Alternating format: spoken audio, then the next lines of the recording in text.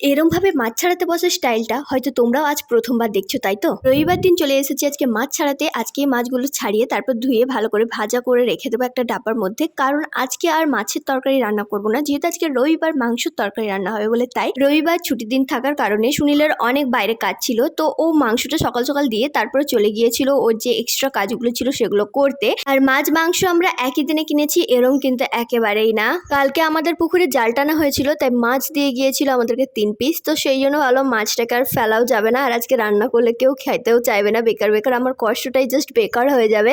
সেই জন্য এই ব্যবস্থা কাটাকাটি করে তারপর রেখে দিচ্ছি। আর দিদি কিন্তু মাছই ছাড়াতে জানে না, প্রতিবার কিন্তু ওর মাছ আমিই কেটে দিই, কিন্তু আজকে প্রথমবার ওকে আমি বলছি যে তুমি তো ট্রাই করবে, সবসময় আমিও তো বাড়িতে থাকবো না, তখন তোমার কি অবস্থা হবে।